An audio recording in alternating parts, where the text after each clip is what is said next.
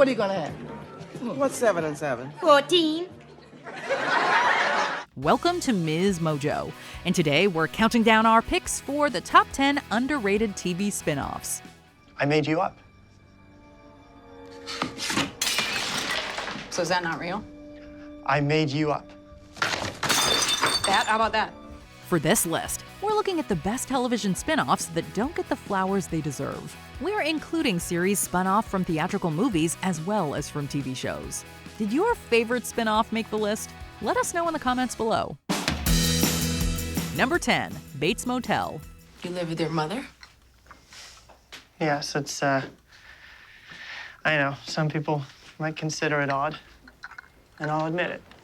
Has its ups and downs. Reimagining the twisted story of Norman Bates and his overbearing mother Norma for the 21st century, this A&E series is an offshoot of Alfred Hitchcock's Psycho by way of David Lynch's Twin Peaks. Though lead actress Vera Farmiga earned an Emmy nomination for her work as motel proprietress Norma Bates, the show itself never really got the mainstream respect it deserved. The game was that we were devoted to each other, that no one could ever come between us, that we loved each other more than anyone could ever love another person. But we do love each other. It's a shame, too, because the reviews just got better as the show went on. Still, its suspenseful crime narrative and the uncomfortable mother-son relationship at its center won over a band of dedicated fans and breathed new life into one of American pop culture's creepiest stories. I'm sorry I said you're crazy. You're not crazy. Number 9, The Originals. You had every chance to do the right thing. The right thing. The right thing according to who? You? Or your family? Taking place in New Orleans' French Quarter, The Originals follows a trio of siblings identified as the very first vampires. Originally introduced as a backdoor pilot during the 4th season of The Vampire Diaries, this CW supernatural drama doubled down on the vampires, werewolves, and witches that made its parent series so successful. You're aware the bite of a werewolf can kill a vampire? Well, as you can see, I'm half werewolf, so I'm gonna ask you one more time. Where is Marcel? Its emphasis on politics led one critic to describe its first season as, quote, House of Cards with werewolves and vampires. Although viewers might come for the promise of good-looking vampires doing evil things, complicated familial relationships give the show a core of humanity. I wanted to say thank you For what? for coming to get me, so I could be sitting here annoyed at you. Number 8, The Good Fight. This democracy that you talk about, this doesn't exist for a lot of us. Some TV spin-offs never leave the original show's shadow. Some cast a bigger one. Ask any fan of The Good Fight, and they might say the Christine Baranski-led spin-off reaches higher heights and has juicier drama than its Emmy-winning predecessor, The Good Wife, ever did. Which one shot you? It's not important. It is to me. Oh my God, you signed an NDA. You can't say? Following closely after the original series' end, Baranski reprises her role as powerful attorney Diane Lockhart as she takes on high-profile cases involving political issues of the day. It may not have won as many awards as The Good Wife, but the show won its audience over by staying socially relevant and always trying to speak to the current political moment. He supposedly has all this information on the coming Civil War. He says I'll be married off to Donald Trump Jr., who will rule for the next 50 years. Number 7, Rhoda. You know that scene in Romeo and Michelle where they're arguing about who's the Mary and who's the Rhoda?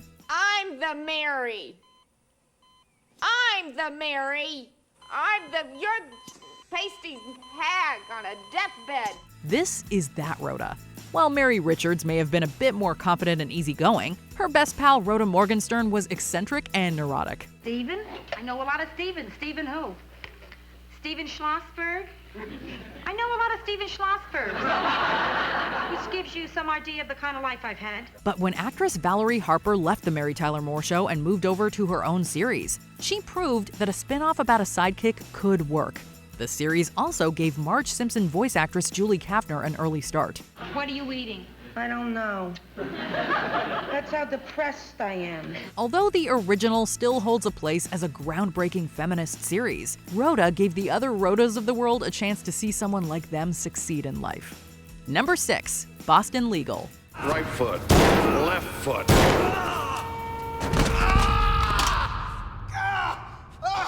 Thank God for guns, huh, Jerry? only in America.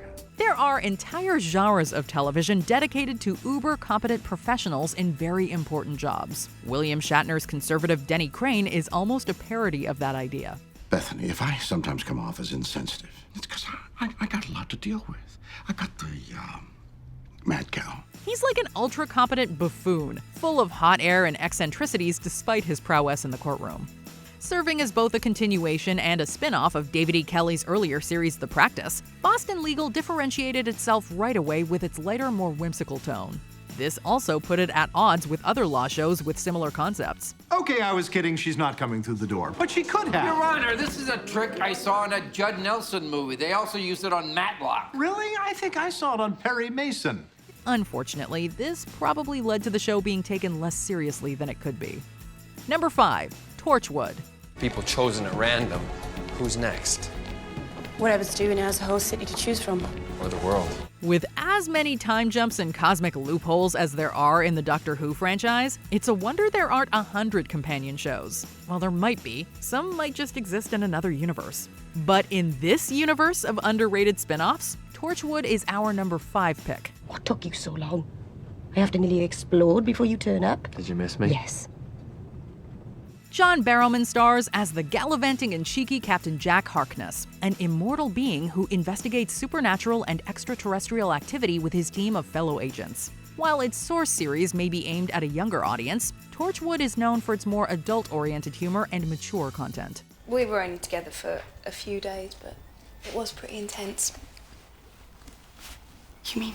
Oh, God, no! No, not that sort of intense. No, nothing like that. Number 4, Good Times. Come on, Ma, let's face it. If they did a TV show about our family, they call it Poor Man, Poor Man. So, Good Times has the rare distinction of being a spin-off of a spin-off.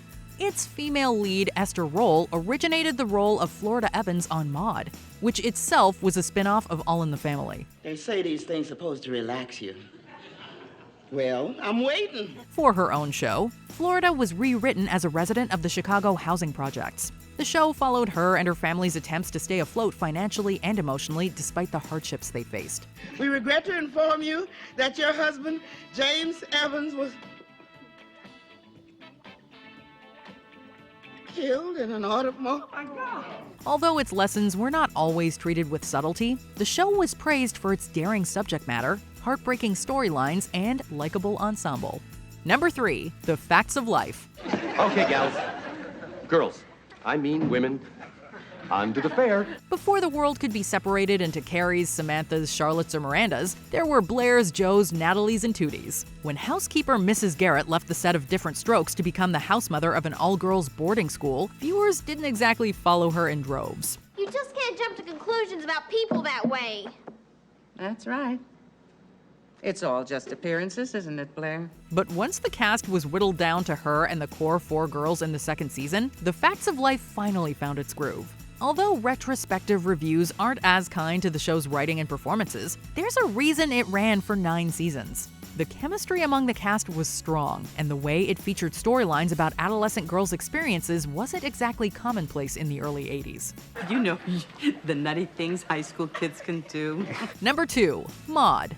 Our number 2 pick is full of political commentary, vicious tongue lashings, and earth tones. Ow! No, it's not All in the Family, it's Maude. Before she was a Golden Girl, B. Arthur created the role of Maude Findlay. Didn't you get my telegram telling you to stay the hell away from here?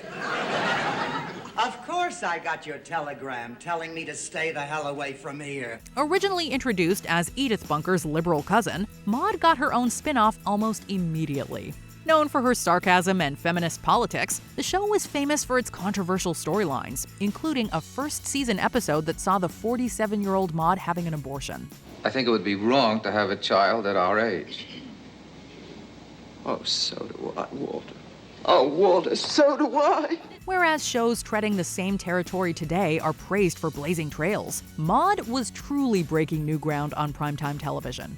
Before we continue, be sure to subscribe to our channel and ring the bell to get notified about our latest videos. You have the option to be notified for occasional videos or all of them. If you're on your phone, make sure you go into your settings and switch on notifications. Number 1, Daria. The popular guy died, and now I'm popular because I'm the misery chick. But I'm not miserable. I'm just not like them. Did snark exist before Daria? Looking back on the Beavis and Butthead spinoff that premiered in 1997, it's almost like looking at the origin story of what would become early millennial humor. Sure, it's peak Gen X nihilism at its funniest, but the show's sense of irony doesn't always side with that point of view. Civil rights, environmentalism, the women's movement. People believed in stuff back then. I know. What's up with that? If anything, it finds small ways to convince us to care about the world we live in and the people in it, even if Daria Morgendorffer herself is #over it. And it does this without ever stepping into after-school special territory. It may be animated, but the characters seemed more real than any other teen show on television. My goal is not to wake up at 40 with the bitter realization that I've wasted my life in a job I hate because I was forced to decide on a career in my teens. Do you agree with our picks? Check out this other recent clip from MsMojo. And be sure to subscribe and ring the bell to be notified about our latest videos.